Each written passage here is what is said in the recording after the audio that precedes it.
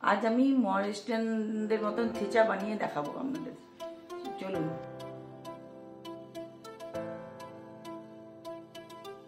লঙ্কাগুলো নিয়েছি, ধুয়ে পরিষ্কার করে নিয়েছি। এরপর আমি কেটে নেব এবং কেটে নেব, নিয়ে এইগুলোকে ফেলে দেবো, ডাঁটি আর এই বীজগুলোকে।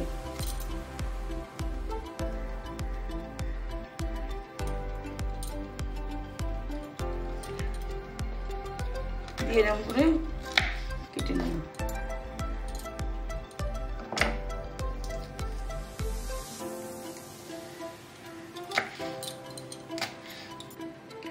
কাশ্মীরি লঙ্কাগুলোকে এরকমভাবে কেটে নিয়েছি। এরপর আমি গ্যাসটা অন করলাম। অন করে কিছু বাদাম আমি খোলায় নেড়ে নেব। যতক্ষণ না লাল হচ্ছে বাদামগুলো, মানে পুড়ে পুড়ে যাচ্ছে, ততক্ষণ আমি ওটা গরম করব।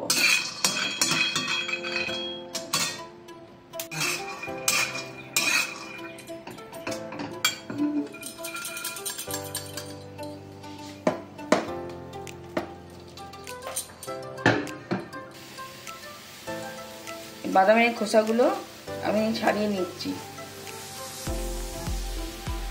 তারপরে এই কাশ্মীরি লঙ্কাগুলো আমরা সেঁকে নেব। এইটাও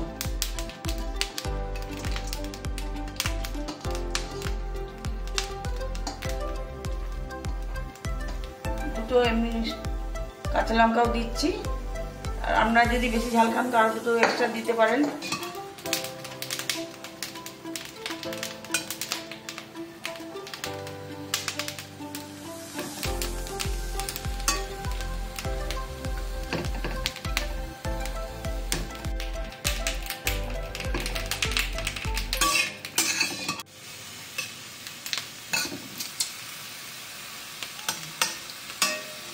এরপর আমি এটার মধ্যে আমি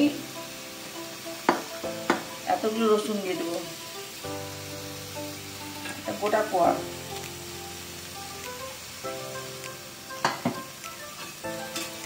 এটাও নাড়ব, যতক্ষণ না লাল হয়ে যাচ্ছে ততক্ষণ ধরে আমি এটা সেঁকবো।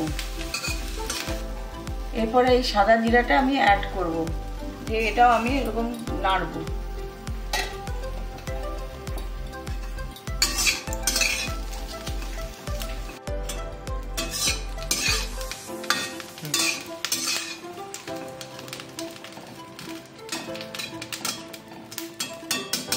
এরপরে আমরা এই ধনেপাতা অ্যাড করব।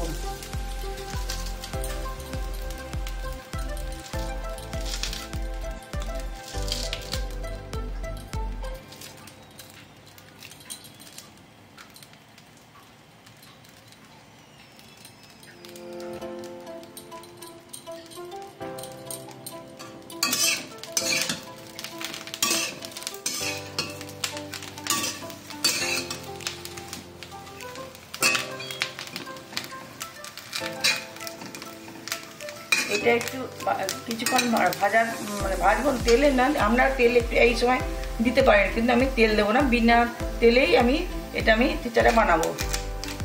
এরপর আমি নুন অ্যাড করব।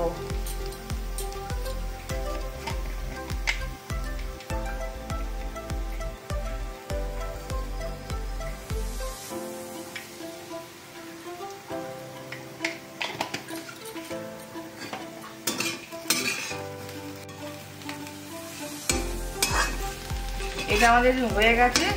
এরপর এটাকে আমরা ঠান্ডা করতে দেবো। ঠান্ডা করার পরে মিক্সিতে আমরা দেবো, মানে মিহি পেস্ট করব না, হাফ পেস্ট করব, মানে যেন দানা দানা থাকে। এই লঙ্কাগুলো ঠান্ডা হয়ে গেছে। এবার আমি পেস্ট করব, হালকা পেস্ট করব, বেশি মিহি করব না।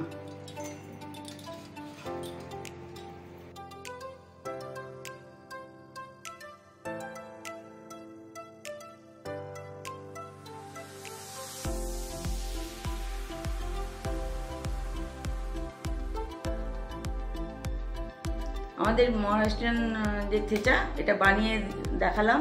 আপনারা অবশ্যই বাড়িতে বানিয়ে দেখবেন, দারুণ খেতে লাগে।